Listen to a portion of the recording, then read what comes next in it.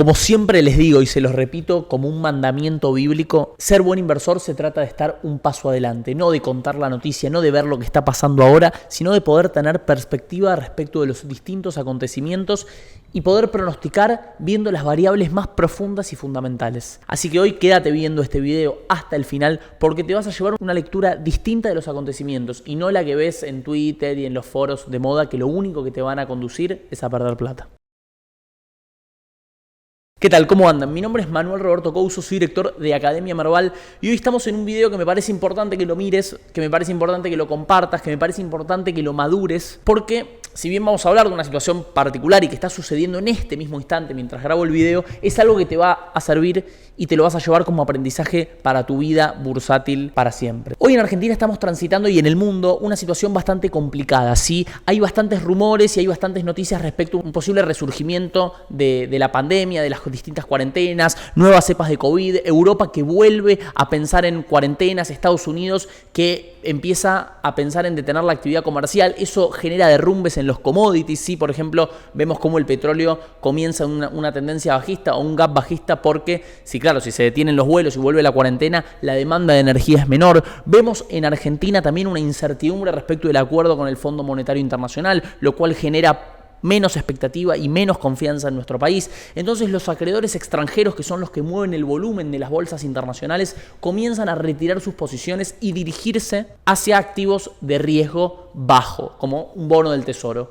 Todo ese proceso en el mercado lo denominamos risk off, es decir, salida del riesgo y una ida hacia los activos financieros de refugio. Ahora el problema no es solo nuestro país, no es solo que nos genera desconfianza y las medidas restrictivas que hay con los títulos públicos, que ahora no puedes sacar vuelos en cuotas al extranjero, que no puedes comprar más de $18.000, que no puedes comprar más de 200 oficiales. Ya no se trata solamente de restricciones propias de nuestro país, que claramente tiene un problema y está en terapia intensiva y por eso vive utilizando bypass económicos, ¿sí? Porque Argentina es un país que tiene problemas y lo único que hace es aplicar parches que lo llevan a aplicar otros parches y más parches y nunca apuntar a solucionar los problemas estructurales y de fondo, que como hemos hablado en otros videos, se trata de retornar al crédito, de retornar a las inversiones extranjeras, de volver a generar un clima de confianza y estabilidad para que proliferen las inversiones y los negocios en nuestro país. No es el problema solamente ese, sino que también hay una internalización de una crisis como el COVID, como la cuarentena y como el parate de la actividad económica que a su vez le subyacen otros cientos de problemas que afectan a las empresas y que afectan en una economía global también a nuestro país. Recuerden que estamos en un ecosistema económico interconectado, donde todos dependemos de todos en alguna parte. Ahora bien, esto ya lo sabés, esto lo podés leer, no hace falta que te lo cuente yo. Y por eso tenés que saber que yo creo que todo esto va a cambiar. Hoy el mundo está preparado, y esto sí que no lo vas a escuchar, hoy el mundo está preparado para afrontar una crisis de COVID porque ya tiene experiencia en cómo llevar adelante las cuarentenas, ya tiene vacunas, ya tiene una logística preparada para instalar dosis. En Argentina, el acuerdo con el Fondo Monetario Internacional, yo creo que si uno mira las variables menos a la vista, se da cuenta que el acuerdo va a salir. ¿Por qué?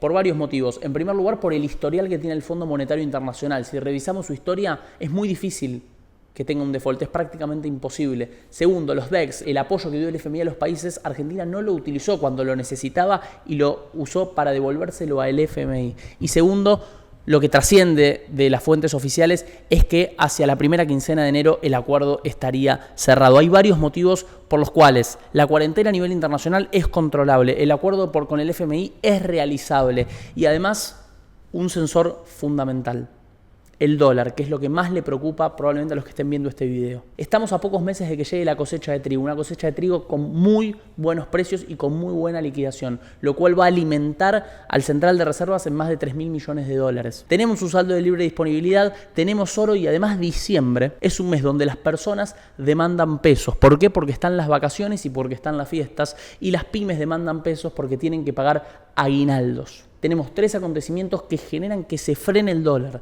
¿sí? Que se frene el dólar a la espera de la cosecha de trigo donde van a venir más dólares. Entonces la situación de repente se torna distinta. Hoy vemos un escenario catastrófico, pero ¿qué pasa siempre que vemos un escenario catastrófico?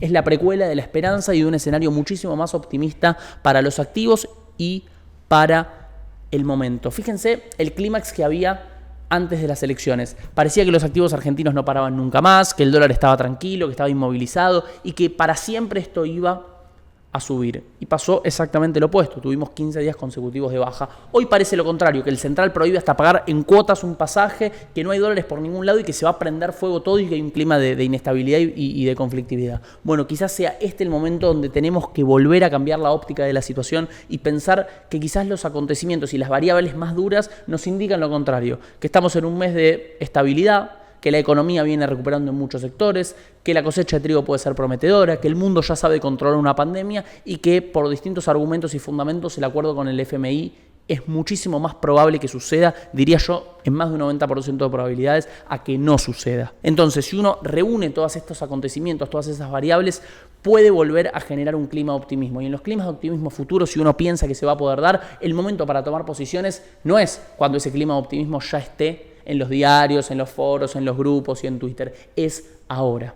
De eso se trata ser un buen inversor, de hacer esta lectura y además tener el coraje para tomar acción. Además, ten en cuenta que te vas a sentir muy orgulloso si realmente empezás a formar parte del grupo de los inversores inteligentes, que son los que justamente en estos acontecimientos empiezan a mirar a los activos de cerca. Ustedes no crean que las buenas inversiones y los buenos negocios en este rubro se hacen acompañando a la manada, se hacen siendo distinto. Y eso pasa en casi todos los órdenes de la vida.